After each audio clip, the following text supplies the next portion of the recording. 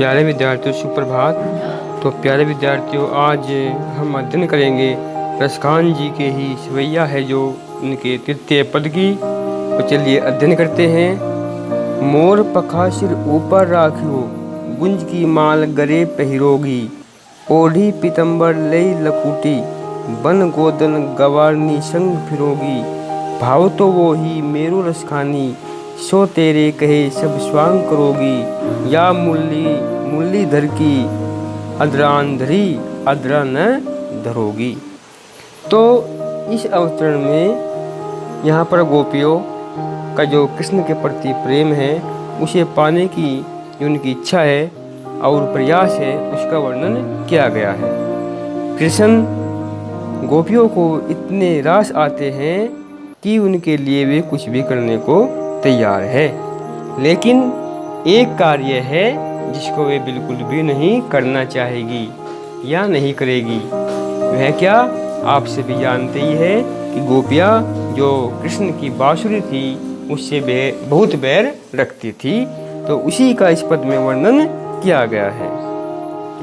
तो रसखान जी कहते हैं कि गोपियाँ कहती हैं कि मोर पखा सिर ऊपर राखियो, कि वे मोर मुकुट पहनकर गुंज की माल गरे गले में पहिरोगी, पहनेगी। कि वे मोर का जो मुकुट है उसको भी पहन लेगी और गले में जो कुंज की माला है उसे भी धारण कर लेगी। ओढ़ी पीतम्बर ले लकुटी, वे ओढ़ी पीतम्बर कि वे पीले वस्त्र भी धारण कर लेगी।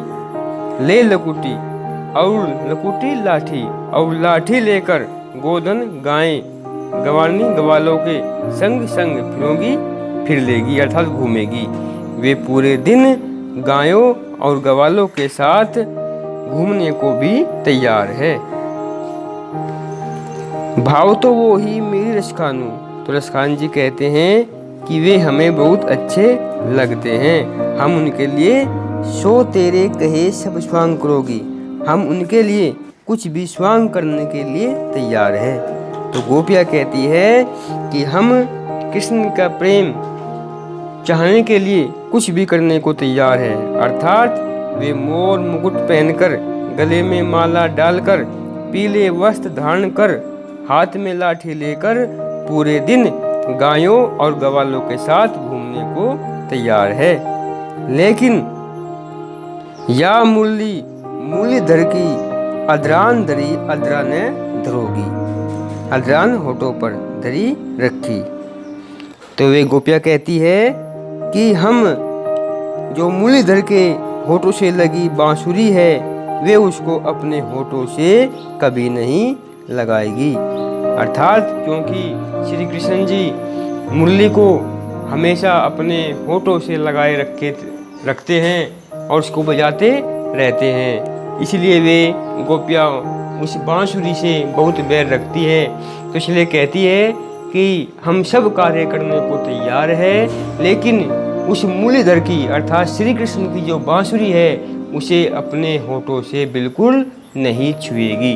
अर्थात हम सभी कार्य करने को तैयार है, लेकिन उस मूलीधर की जो मुरली है उसको बिल्कुल भी नहीं छुएगी। तो यहाँ रसखान जी ने गोपियों का जो प्रेम है श्री कृष्ण के प्रति उसका विस्तृत रूप से वर्णन किया है, और गोपियों का जो बैर है बांसुरी के प्रति उसे बहुत भव्य रूप से दर्शाया है।